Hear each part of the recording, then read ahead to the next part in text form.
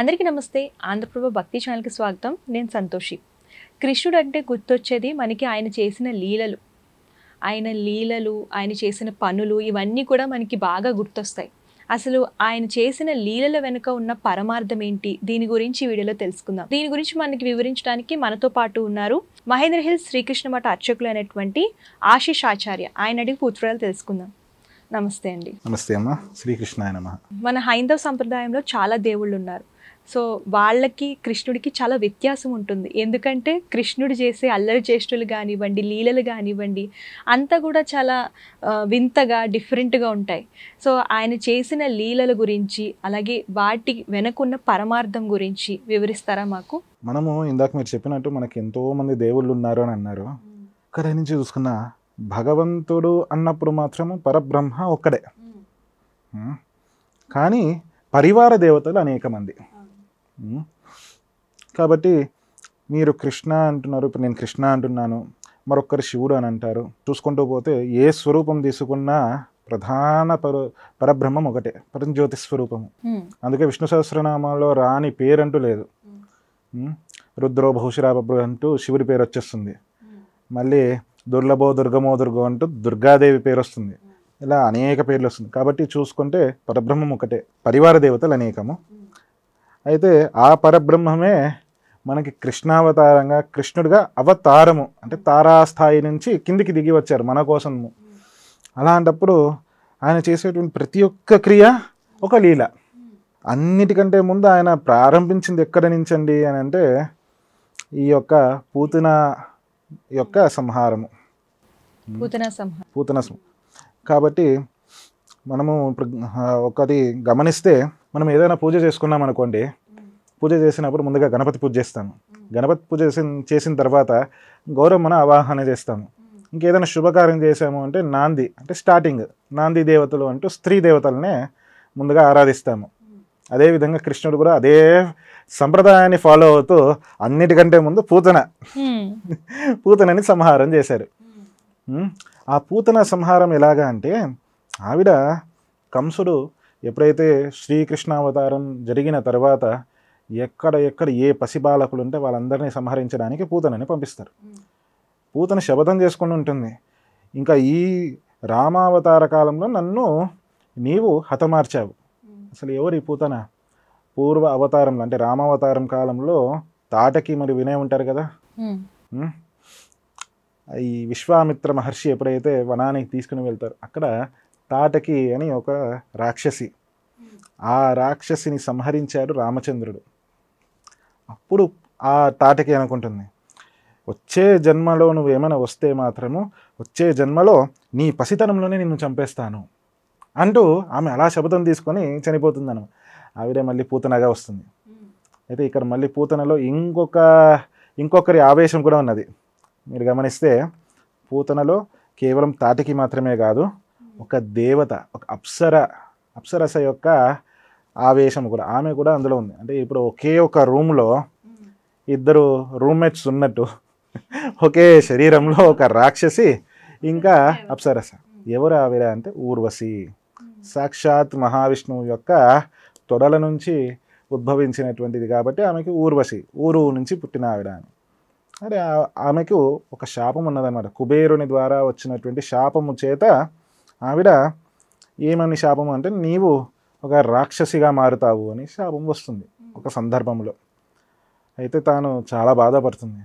శాప విమోచనానికి ఏదైనా ఒక ఉపాయం చెప్పవయ్యా అంటే, సరే నీవు స్వతహా ఒక రాక్షసిగా మారకపోయినా ఒక రాక్షసిలో నువ్వు ప్రవేశిస్తావు.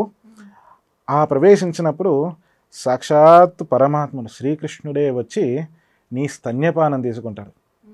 ఆ పానం నువ్వు ఇచ్చినప్పుడు నీకు ముక్తి కలుగుతుంది. అందుకే ఎప్పుడైతే ఈ పూతన గోకులానికి వెళుతుందో, ఆ ఊర్వశి యొక్క ప్రభావం చేత ఆవిడ రూపం మార్చుకున్నప్పుడు అంత సుందరమైన రూపం తీసుకొని వస్తుంది. సుందరమైన రూపంతో వచ్చినప్పుడు వెంటనే యశోదమ్మకు చూడగానే, ఆహా మహాలక్ష్మినే వచ్చిందా మా ఇంటికి అని అంత సంబరపడిపోతుంది అనమాట. అంత ఆనందం కలుగుతుంది. ఎందుకంటే మహావిష్ణువు యొక్క స్వరూపమే కదా ఊర్వశి అంటే, ఊరు నుంచి వచ్చిన ఆవిడ అని అంటే ఎంత తేజస్సు ఉండాలి. కాబట్టి ఆవిడ చేతికి సాక్షాత్ ఈ యశోదమ్మనే కృష్ణుని ఇస్తుంది, తీసుకోనమ్మా ఆడుకో అంటూ. సరే అంటూ బయటికి వెళ్ళి అలా ఆడిస్తూ ఆడిస్తూ ఇంటి బయటికి తీసుకుని వెళ్ళి స్తన్యపానం చేపిస్తుంది. ఇప్పుడు మనకు చూసుకున్నామంటే కొన్ని అడ్వర్టైజ్మెంట్స్ కూడా వస్తుంటుంది, ఆల్ అవుట్ కానీ ఇంకేదైనా కానీ బొద్దింకల్ని కానీ ఏదైనా పంపించాలంటే ఇంటి బయటికి వెళ్ళి చంపేటట్టుగా. ఈ యొక్క సిస్టమ్ కూడా కృష్ణుడి నుంచే వచ్చింది. ఇంటి లోపల ఎందుకు ఆ చెత్త అంతా, ఇంటి బయటికి తీసుకుని వెళ్ళి సంహరిద్దాము అంటూ ఇంటి బయటికి వెళ్ళిన తర్వాత ఎప్పుడైతే స్తన్యపానం చేస్తూ ఉంటుందో ఆ స్తన్యపానం ద్వారా అక్కడ ఇద్దరిది 2 ఎమోషన్స్. ఊర్వశి వచ్చేసి భగవంతుడికి నేను పాలిస్తున్నాను అని, ఈమెకి ఈ తాటకి ఏమిటి అంటే నా స్తన్యం మీద ఉన్నటువంటి విషాన్ని నేను ఇప్పిస్తున్నాను అనేటువంటిది ఫీలింగ్ అన్నమాట.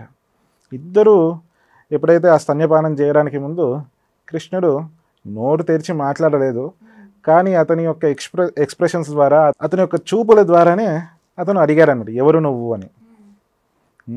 అంటే నేను పూతన అని అంటుంది. పూతన, పూత అంటే అర్థము పవిత్రము అని.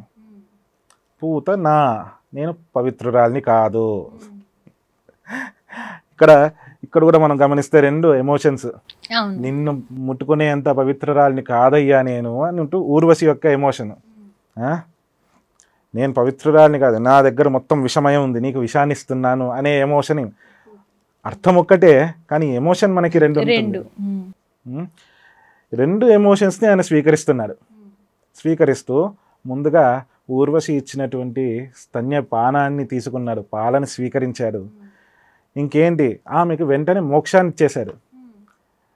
పూతన దగ్గరికి వచ్చేటప్పటికి ఈ యొక్క తాటికి ఎవరైతే ఉందో ఆవిడ ఎప్పుడైతే విషాన్ని ఇస్తుందనే ఫీలింగ్లో ఉంది కదా, ఆ విషాన్ని ఆయన ముందుగా చెప్పరించి స్వీకరించి అదే స్తన్యాన్ని కొరికి ఆ విషయాన్ని ఆవిడకి ఇంజెక్షన్, ఈ ఇంజెక్షన్ సిస్టమ్ కూడా అక్కడి నుంచి స్టార్ట్ అయింది చూడండి. ఇంజెక్ట్ చేసి చంపేశారనమాట. వెంటనే ఆవిడ భయంకరమైన అసలైన రూపము బయటికి వస్తుంది. అసలైన రూపము అత్యంత భయంకరమైనటువంటి స్వరూపము, చాలా విశాలమైన స్వరూపము. ఎంత విశాలము అంటే ఆవిడ యొక్క నాభిస్థానము అది ఒక కొండలాగా ఉన్నదంట. ఈ ఘటన అయినప్పుడు నందమహారాజు మధురకు వెళ్ళి ట్యాక్స్ ఇవ్వడానికని వెళ్ళాడు. వెళ్ళేటప్పుడు యమునను దాటాల్సి వస్తుంది. నావలో దాటినారు. ఇంకేంటి, వచ్చేటప్పుడు చూస్తేనేమో ఒక బ్రిడ్జ్ ఉంది. బ్రిడ్జ్ ఎక్కి నడుచుకుంటూ వచ్చేసారు. ఎక్కడదా ఈ బ్రిడ్జ్ అని చూస్తే ఆ పూతన యొక్క ఈ చిటికెడు వేలు, అంటే ఆవిడ యొక్క స్వరూపం ఎంత పెద్దదో జస్ట్ ఇమాజిన్ చేయండి. ఒక నదికి బ్రిడ్జ్ లాగా అయ్యింది ఆవిడ చిటికెడు వేలు అంటే. ఇక మీరు జస్ట్ ఇమాజిన్ చేయండి ఎంత పెద్ద స్వరూపం, ఎంత భయంకరమైన స్వరూపము. అటువంటి స్వరూపాన్ని ఇంత చిన్న పసిపాలకుడు క్షణాల్లోనే సంహరించారు. ఆ తరువాత ఆయనకు మనం గమనిస్తే విష్ణు సహస్రనామాల్లో కూడాను స్టార్టింగ్లో ఒక పేరు వస్తుంది, విశ్వం విష్ణు వశత్కార భూత భవ్య ప్రభు భూతకృత్ భూత భృద్భావు భూతాత్మ భూతభావన పూతాత్మ, అంటే పవిత్రమైన ఆత్మ నేను, నీకు కూడా పవిత్రతని ఇచ్చాను చూసుకో. ఆ విధంగా ఆయన చేసినటువంటి లీల అనమాట. ఇలా ఇది మొట్టమొదటి లీల కృష్ణావతారంలో. ఇంకా ఇందులోనే మనం చూసుకుంటే ఒక్కొక్క సంఘటనలో ఒక్కొక్కటి మనం నేర్చుకున్నాం. అంటే భగవంతుడి దగ్గర వెళ్ళినప్పుడు, భగవంతుడనే కాదు పెద్దల వద్దకి వెళ్ళినప్పుడు మన పేరు చెప్పుకునేటప్పుడు కూడాను తల వంచి చెప్పాలి. అంటే ఇక్కడ ఊర్వశి ఏ విధంగా అయితే చాలా వినయంతో ఎవరు నువ్వు అంటే పూతన, నేనంత పవిత్రరాల్ని కాదయ్యా నిన్ను ముట్టుకునేంత అనే భావంతో చెప్పింది. ఆ భావం మనకు పెద్దల ముందు మనము గౌరవ ప్రధానంగా మనం ఆ విధంగా ఉండాలి అనేది ఒకటైతే, భగవంతుడికి మనం ఇచ్చేటప్పుడు ప్రేమతో ఇవ్వాలి. ఏది సమర్పించినా అది ప్రేమగా సమర్పించాలి. అలా ప్రేమగా సమర్పించింది కాబట్టి ఆ ఊర్వశికి ఆయన మోక్షాన్ని ప్రసాదించారు అనేది ఇందులో మనకి గమనించాం. ముఖ్యంగా శ్రీకృష్ణుడు బాల్యంలో యశోదకి సృష్టిని చూపిస్తాడు నోట్లో. సో దాని గురించి వివరించండి. మనం గమనిస్తే ఆయన సృష్టిని కేవలం ఒకసారి మాత్రమే చూపించలేదు, 2-3 సార్లు ఆయన చూపించారు. అంటే ఇందులో ఏంటంటే ఆవిడకి చూపించడం ఎందుకు, మళ్ళీ అవి మర్చిపోయేలాగా చేయడం ఎందుకు, దీని వెనకున్న పరమార్థం ఏంటి అసలు? సృష్టిని చూపించాడు అంటే అక్కడ ప్రధానంగా ఏంటి, జ్ఞానాన్ని ప్రసాదించారు. నేను ఎవరిని అమ్మా నువ్వు తెలుసుకో అంటూ. కానీ ఆ జ్ఞానం ద్వారా అక్కడితో ఆవిడకి మోక్షం వచ్చేసింది. ఎవరికైనా కానీ జ్ఞానం వచ్చిన వెంటనే, సంపూర్ణ జ్ఞానం ఎప్పుడైతే వస్తుందో వెంటనే అది మోక్షమే. కానీ అక్కడితో మళ్ళీ లీల ముగిసిపోతుంది. కాబట్టి వెంటనే మాయా ప్రభావం. ఇప్పుడు చూడండి, మనం ఒక మంచి జ్ఞానం వచ్చిందనుకోండి, ఆధ్యాత్మిక జ్ఞానం సంపూర్ణంగా వచ్చిన వారు సంపూర్ణంగా వైరాగ్యానికి లోనవుతారు. ఆ వైరాగ్యం వచ్చిన తర్వాత లౌకిక ప్రపంచం మీద ఆసక్తి పోతుంది. కానీ ఆయన యొక్క అవతారం యొక్క ప్రధాన ఉద్దేశము ఆ వైరాగ్యం తేవడము, యశోదమ్మకు వైరాగ్యం తేవడం ఆయన ప్రధాన ఉద్దేశం కాదు. ఇందాక మనము మాట్లాడుకున్నాము ఏమిటి, కృష్ణుడి యొక్క అర్ఘ్యప్రదాన మంత్రం ఒకటి చెప్పాము. జాత కంసవదార్థాయ భూభార హరణాయచ. కంసవధ జరగాలి, భూమి యొక్క భారం తగ్గాలి, పాండవులకు హితం చేయాలి, అలాగే ఇక ధర్మ సంస్థాపన చేయాలి, కౌరవాది అనేక మందిని సంహరించాలి. ఇవన్నీ జరగాలి అంటే ఇక్కడే ఇవరికి జ్ఞానం వచ్చేసి వైరాగ్యం కలిగితే ఇక ఇక్కడితో అవతారమే సమాప్తి అయిపోతుంది కదా. ఇన్ని లీలలు జరగాలి అంటే, అంతేకాకుండా మన ఒక గృహస్థులకి జ్ఞానం వచ్చినప్పటికీ కూడాను వారి యొక్క రెస్పాన్సిబిలిటీ నుంచి బయటికి వెళ్ళకూడదు. అందుకోసం మళ్ళీ మాయ వేస్తారు. అంటే లౌకికంగా చెప్పాలంటే ప్రతి ఒక్కరి గురించి మనందరి గురించి కూడా మనం ఆలోచిస్తే ఒక్కసారిగా అంత జ్ఞానాన్ని ఇచ్చేసినప్పుడు జస్ట్ ఇమాజిన్ చేయండి, మంచిగా మనకి మన శక్తికి మించి ఏదైనా మంచి జరిగితే అది కూడా మనం తట్టుకోలేము. మీరు ఒక గ్లాస్ అంతా మీరు పాయసం తాగగలరు, మీ మీద ఇష్టంతో నేను మొత్తం ఒక డ్రమ్ అంత పాయసం ఇచ్చేసి మీరు తాగాల్సిందే నేను అభిమానంగా ఇచ్చాను అంటే స్వీకరించగలరా? తాగలేను, అందరికీ పంచాల్సి వస్తుంది. అదే విధంగానే మన శక్తి కొలది మనం చేయాలి. అలా అని మన కర్తవ్యాన్ని విడిచి వెళ్ళకూడదు. అందుకోసమనే ఆయన తన యొక్క నిజస్వరూపాన్ని చూపించినప్పటికీ మరలా మాయా ప్రభావం చేత దాన్ని తొలగిస్తారు, మళ్ళీ మర్చిపోయేలాగా చేస్తారు. సమస్తమైనటువంటి గోకుల వాసులందరూ అన్ని లిటరలీ మహిళా మండలీలు, గోపికా స్త్రీ మహిళా మండలీలందరూ కలిసి యశోదమ్మ దగ్గరికి వచ్చి అనేక విధాలుగా వారి యొక్క అనుభవాలని చెప్పుకుంటున్నారు. చూడమ్మా యశోదమ్మ, నీ కృష్ణుడు ఎలాంటి అల్లరి పనులు చేస్తున్నారు అని అంటూ ఉంటే, నా కృష్ణుడు ఇంత పసిపిల్లవాడు, ఇతని గురించి మీరు ఇంతగా చెప్తారా, అది ఇది అనేసి ఆవిడకి కోపం వస్తుందన్నమాట. వాళ్ళ మీద, గోపికా స్త్రీల మీద, కృష్ణుడి మీద గారు. ఎందుకంటే కృష్ణుడు ఇక్కడ వచ్చేటప్పటికి తన తల్లి దగ్గర చాలా అమాయకుడు, చాలా మంచి బాలుడు, రాముడు మంచి బాలకుడు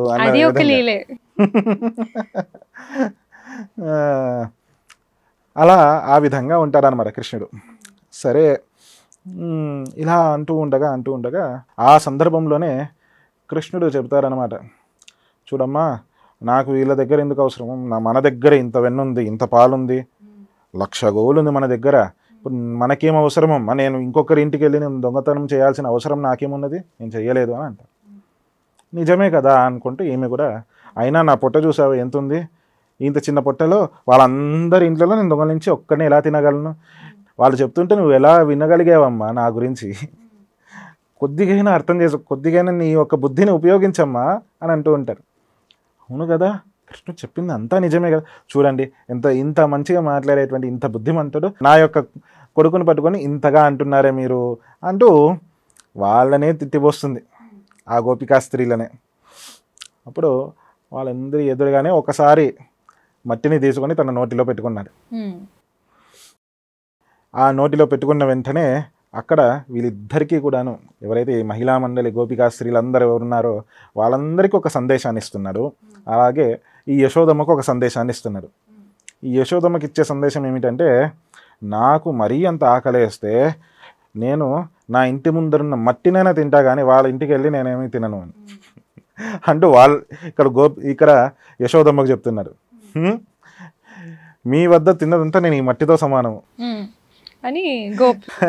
అలా అంటే మనము కృష్ణుడికి సమర్పిస్తున్నామనే భావము, కృష్ణుడు వచ్చి దొంగలిచ్చినా కానీ స్వామి నువ్వే కదా తీసుకున్నది, ఇంకెవరు తీసుకున్నారయ్యా అనే ప్రేమ ఉంటే దానిని అప్పుడు ఆయన నిజంగా నువ్వు ఇంత ఇచ్చినా నాకు అంత ఇచ్చినట్టు అనే భావంతో మనం అదే ఈ యొక్క సుధామ కథలో మనం గమనిస్తాము. ఆయన ఇచ్చింది 3 పిడికలంతా అటుకులే, దానిని కృష్ణుడు అక్షయంగా ఇచ్చాడనమాట, అక్షయంగా స్వీకరించాడు. ఇక్కడ చూస్తేనేమో కుండలు కుండలు వెన్న తీసుకున్నా మొత్తం దొంగలించేసావు అని ఎప్పుడైతే అపవాదం చెప్పారో, అసలు దొంగలు మీరే. ఏదైనా కానీ ముందు నాకు ఇవ్వాలి, అది రూలు. మీరు నాకు ఇవ్వకుండా తింటున్నారు అంటే మీరు దొంగలు. అది ఒక రకంగా నిజమే కదా. మనం ఏది తీసుకున్నా మనకు వచ్చినటువంటి ధనము కానీ లేకుంటే ఏ ద్రవ్యమైనా కానీ తినే ఆహారం కానీ ఆయన సృష్టి నుంచి వచ్చినదే కదా. మరి అలాంటప్పుడు స్వామి నీ కృప వల్ల నేను ఇంత ఉండగలుగుతున్నాను, నాకు ఈరోజు ఆహారం కలిగింది స్వామి, ఇదంతా నీ చలువే అంటూ ఆయన ఎదురుగా ఒక్కసారి చూపించామనుకోండి, ఎంత సంతోషం కలుగుతుంది. ఇప్పుడు మనం ఎవరికైనా ఒక హెల్ప్ చేసాము, వాళ్ళు వచ్చి మళ్ళీ చూసావా మీరు చేసిన హెల్ప్ వల్ల మేము ఇప్పుడు ఇంతకాలం ఉంటున్నాము అనేటువంటి విషయాన్ని ఎప్పుడైతే ఎవరైనా చెప్పారనుకోండి, ఎంత సంతోషం కలుగుతుంది మనకి. అంత మాత్రం మనం చేయలేమా?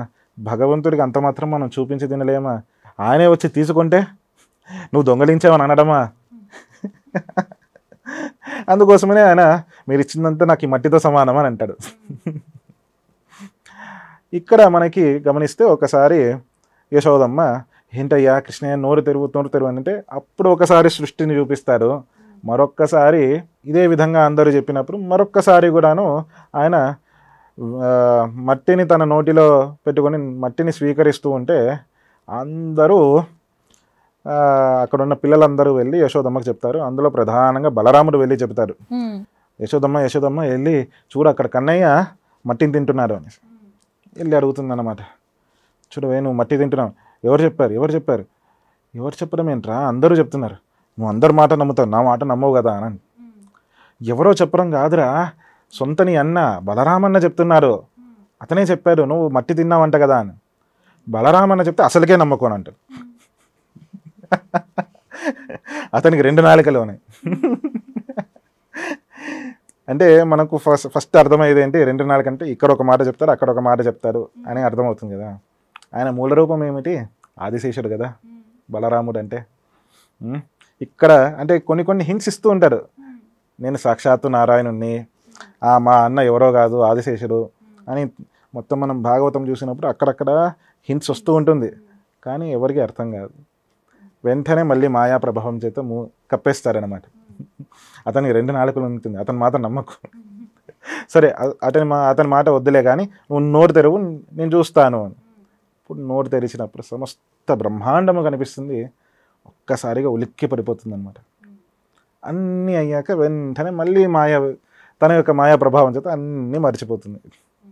ఆయన చేసిన లీలలో ఉల్లూకల బంధనం ఒకటి, సో దాని గురించి వివరించండి. ముందు ఆ లీల గురించి వివరించండి, తర్వాత దాని పరమార్థం చెప్పండి.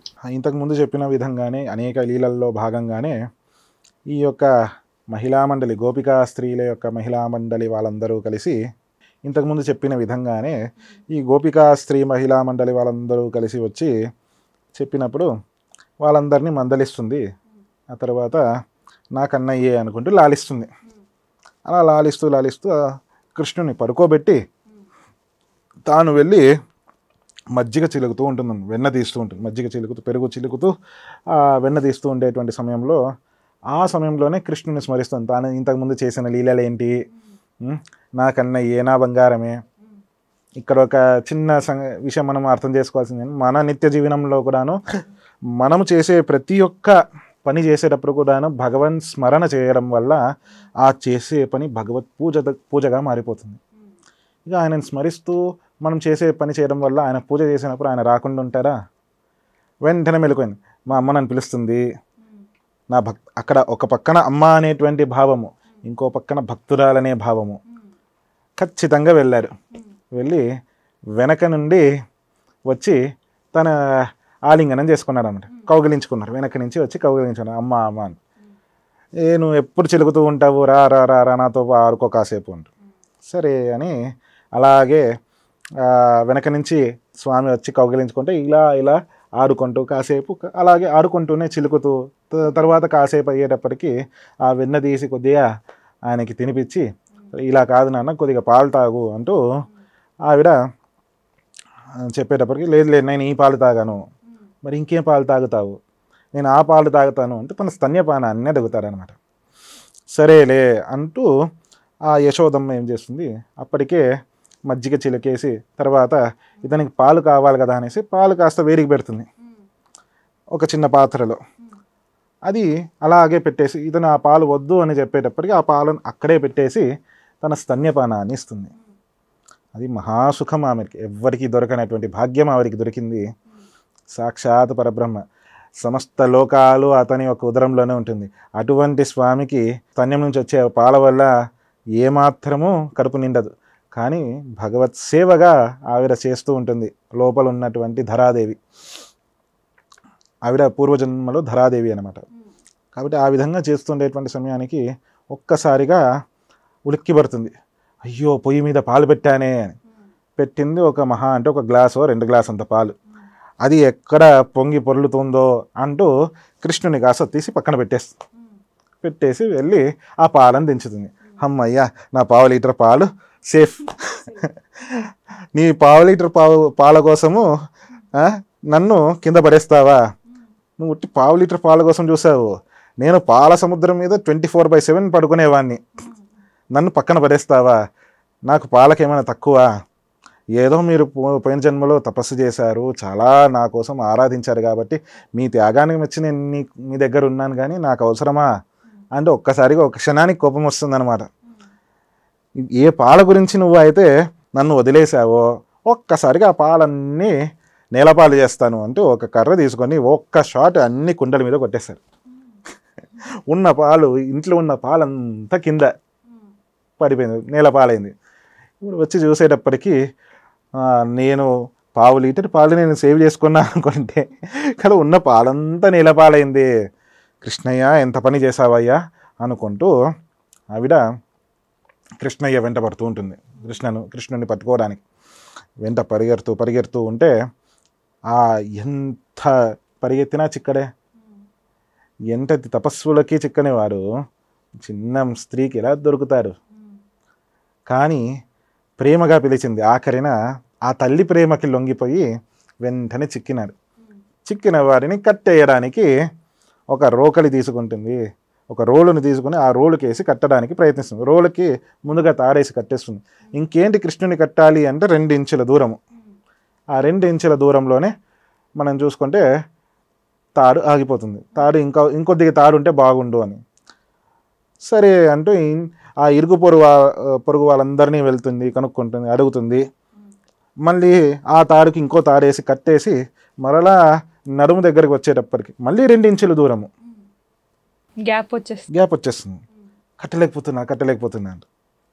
ఎందుకు ఈ విధంగా జరిగింది అంటే ఆవిడకి ఇక్కడ మనం చూసుకుంటే భగవంతుని పొందాలి అంటే మనకు భక్తి, జ్ఞానము, వైరాగ్యము 3 ఉండాలి. ఆవిడకి భక్తి ఉంది కాబట్టి ఆయన చిక్కినారు. అతను పరబ్రహ్మ అనే జ్ఞానం లేదు. ఇంకోటి ఆ పాల మీద వైరాగ్యం లేదు కాబట్టి 2 ఇంచుల దూరం. ఇది కాకుండా ఆవిడకి ఇంకో 2 ఇంచుల దూరం ఏంటి అంటే ఇంకో రకంగా అర్థం చూసుకుంటే, సిగ్నిఫికెన్స్ చూసుకుంటే, కృష్ణుడు నావాడు అనేటువంటి మమకారము, కృష్ణుడు ఎంత కాదన్నా తన బిడ్డే కదా అనేటువంటి అహంకారము. నేను తల్లిని, నేను చెప్తే నువ్వు వినవా, నేను నిన్ను కట్టేస్తున్నా అనేటువంటి అహంకారము. ఆ అహంకారము అలాగే కృష్ణుడి మీద ఉన్న మమకారము రెండు ఎప్పుడైతే మెల్లమెల్లగా తగ్గుముఖానికి వస్తుందో, ఎప్పుడైతే నేను నిన్ను కట్టలేకపోతున్నాను రా కృష్ణయ్య అంటూ ఒక సందర్భంలో చెప్పేస్తుంది అనమాట. ఎంతని చేయాలయ్యా, విసుగొచ్చేసింది, ఏమి చేయమంటావురా కృష్ణ అంటూ ఎప్పుడైతే శరణాగతి అవుతుందో వెంటనే చూసావా అమ్మ, ఆల్రెడీ కట్టేసావు నువ్వు నన్ను అంటూ చెప్తారు. దొరికావు కదా, కట్టావు కదా, ఇక్కడే ఉండు, నేను అన్నీ శుభ్రపరచుకొని వస్తాను అనేసి వెళ్ళిపోతుంది. ఇక్కడ సరే నువ్వు వెళ్ళమ్మా, నేను నా పనేమో నేను చూసుకుంటాను అంటూ అలా అలా అలా ఆ రోలుని పట్టుకుని ఆ రోలు కట్టేసినటువంటి ఆ స్వామి ఒక్కొక్క అడుగు వేసుకుంటూ 2 పెద్ద పెద్ద వృక్షాలు, యముల అర్జున అనేటువంటి యముల అర్జున అనేటువంటి 2 వృక్షాలు అనమాట. ఆ 2 వృక్షాల మధ్యలో చిన్న గ్యాప్, ఆ చిన్న గ్యాప్లో ఆయన వెళ్ళగలడు కానీ ఆ రోలు వెళ్ళలేదు, రోలు రాదు. అలాంటి గ్యాప్లో ఆయన దూరిపోయి కావాలని ఆ రోలుతో ఆయన తీస్తారనమాట. అలా లాగినప్పుడు ఆ 2 వృక్షాలు పడిపోతుంది.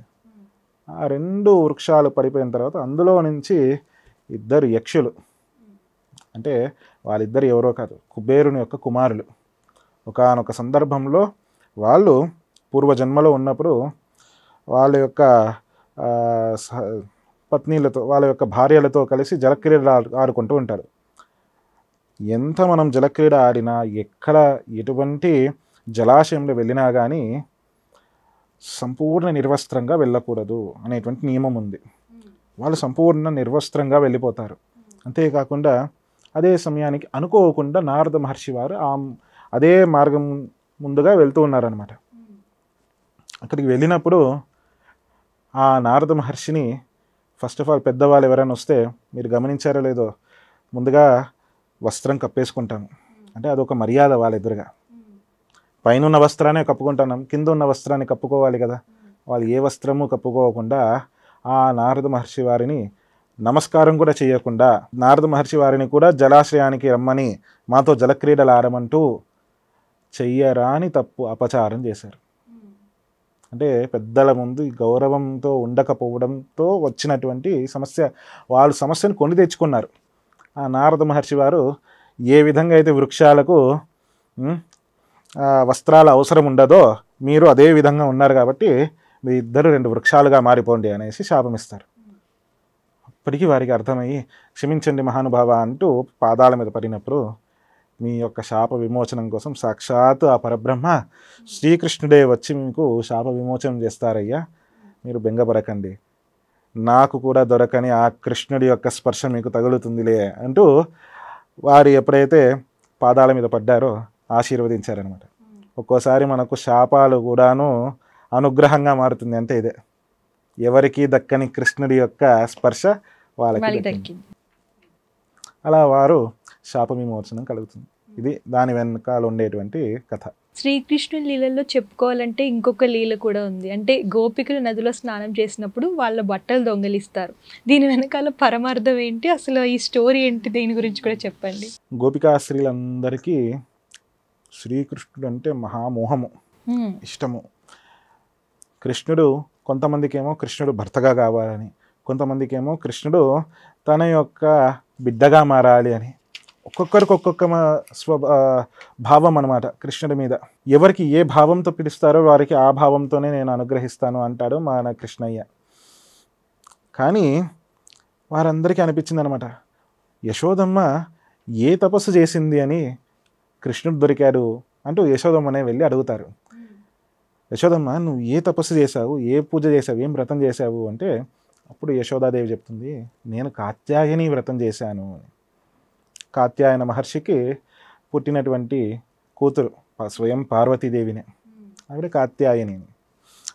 కాబట్టి ఆవిడ చేసేటువంటి వ్రతము నేను చేశాను కాబట్టి నాకు ఆ వ్రత ప్రభావం చేత సాధారణంగా కాత్యాయని వ్రతం అనేది పెళ్లి కాని ఆడపిల్లలు మంచి వరుడు దొరకాలి అని చేసేది. అయితే నేను ఆ వ్రతం చేశాను, నాకు అమ్మవారు అనుగ్రహించి కృష్ణుడు పుట్టారు. అసలు పుట్టింది అమ్మవారే, ఆవిడే పుట్టింది.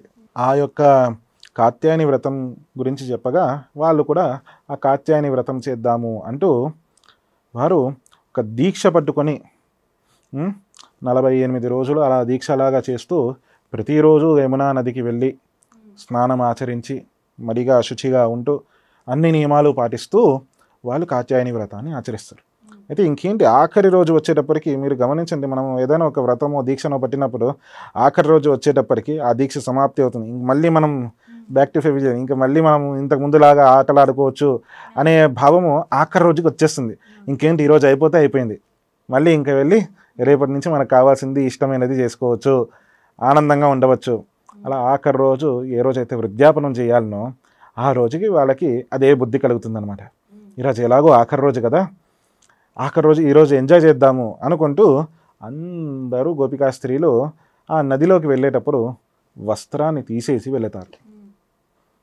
వివస్త్రంగా, ఇంతకు ముందే నేను చెప్పాను, వివస్త్రంగా ఏ జలాశయంలోనూ మనం అడుగు పెట్టకూడదు. ఎందుకంటే జలానికి అధిష్టాన దేవత ఎవరు? వరుణదేవుడు. ఆయనకి అవమానం చేయకూడదు మనము. ఆయనలో వెళ్ళేటప్పుడు కూడా మనం స్త్రీ రూపంగా చూసుకుంటే గంగాదేవి, సో మనము వస్త్రంతో వెళ్ళడమే అదొక మర్యాద. 2 వస్త్రాలు, మగవారికి కూడాను 2 వస్త్రాలు ఉండాలి, కింద ఒక వస్త్రము పైన ఒక వస్త్రము పెట్టుకునే స్నానం చేయాలి. ఇక ఆడవారైతే సంపూర్ణంగా వస్త్రంతోనే స్నానం చేయాలి అనేటువంటి నియమం ఉంది. అయితే వాళ్ళు ఎప్పుడైతే వస్త్రాన్ని తీసేశారో వెళ్ళి స్నానం చేశారు. అప్పుడు కృష్ణుడు ఆ వస్త్రాలని తీసి చెట్టు మీద వేసుకుని ఆయన వెళ్ళి అక్కడ వేణునాదం చేశారు. వేణునాదం చేసినప్పుడు చెబుతారనమాట, వీళ్ళందరూ చూసి ఓ వేణునాదం చేసేటప్పటికి కృష్ణ మా వస్త్రాలను ఇయ్యవయ్యా ఇయ్యవయ్యా ఇయ్యవయ్యా అంటే, మీరు చేయరాని తప్పు చేశారు కాబట్టి నేను పట్టేసుకున్నాను. అసలు వస్త్రము అంటే ఏంటి? సంస్కృతంలో మనం చూసుకున్నప్పుడు వస్త్రం అంటే కేవలం బట్టలనే కాదు, ఇంకొక అర్థం ఏమిటి అంటే మన శరీరం కూడాను, మన పైన ఉన్న స్కిన్.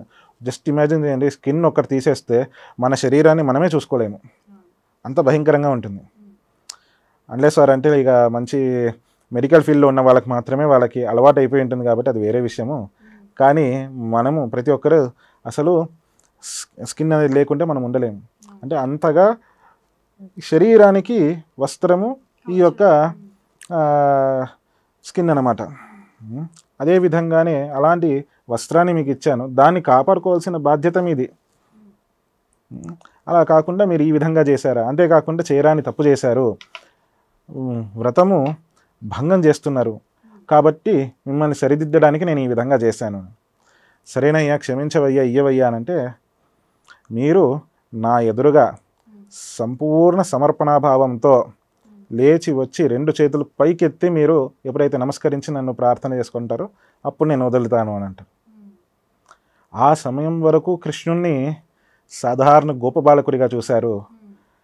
ఆ సమయానికి వచ్చింది ఎవరో కాదు, సాక్షాత్ ఆ కాత్యాయనినే మన యొక్క కృష్ణుడు అని అర్థం చేసుకున్నారు.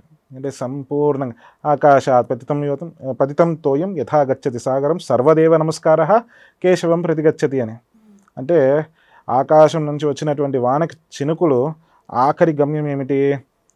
సముద్రంలో చేరుకోవడము. అదేవిధంగా ఎక్కడ ఏ దేవతకి మనము చేసేటువంటి పూజ, ఏ పూజ అయినా కానీ, ఏ దేవత యొక్క పూజ అయినా కానీ, నమస్కారం కానీ, అది ఆఖరికి చేసుకుని వెళ్ళి చేరేది మాత్రము కేశవుడు, కృష్ణుడు. కేశవ అంటే మంచి కేశపాశములు ఉన్నవారు అనేటువంటి ఒక అర్థము. ఇంకోటి సృష్టి స్థితి లయ అన్నీ చేసేటువంటి వారు, సంపూర్ణ అధికారి అనేటువంటిది ఒక అర్థం అన్నమాట. అది చేసేది కృష్ణుడే కాబట్టి ఆ కృష్ణుడే ఈ యొక్క అమ్మవారు అని అర్థం చేసుకొని అప్పుడు సంపూర్ణ సమర్పణ భావంతో సమస్త ఆ పరమాత్ముడి ఎదురుగా మనకెందుకు ఈ యొక్క బిడియము సిగ్గు అవన్నీ మనకెందుకు అంటూ ఆ సమయంలో వాళ్ళు సమర్పణ భావంతో చేతులని పైకెత్తి మరీ నది నుంచి బయటికి వచ్చారు. అప్పుడు ఆయన వస్త్రాలను ఇచ్చేశారన్నమాట. అంటే వస్త్రాపహారి అని అంటే వస్త్రాన్ని అసలు ఇచ్చేవాడు అని, వస్త్రాలు తీసుకునేవాడని కాదు. అలాంటప్పుడు మరి ద్రౌపదికి వస్త్రాపహరణం అవుతూ ఉంటే ఆయన ఎందుకు ఇచ్చాడు వస్త్రాన్ని? సమర్పణా భావం ఎప్పుడు ఉంటుందో, స్వామి నాకు వేరే వాళ్ళ ఎదురుగా నాకు ఎటువంటి బిడియము లేదా కొద్దిగా సిగ్గుపడటం అలాంటివి ఉంటుందేమో కానీ నీవు నా మనసులో ఉండేవాడివయ్యా, నీ ఎదురుగా నాకేమిటయ్యా సిగ్గు అనే లెవెల్లో ఎప్పుడైతే మనకు ఆయన మీద సమర్పణా భావం వస్తుందో మనల్ని కాపాడేటువంటిది, మన యొక్క మానాన్ని కాపాడే డ్యూటీ ఎవరిది? ఆయనదే కదా, ఆయన చూసుకుంటారు. చాలా చక్కగా వివరించారు కృష్ణుడి లీలల గురించి, అలాగే వాటి పరమార్థం గురించి. ధన్యవాదాలు. కృష్ణాయ నమః.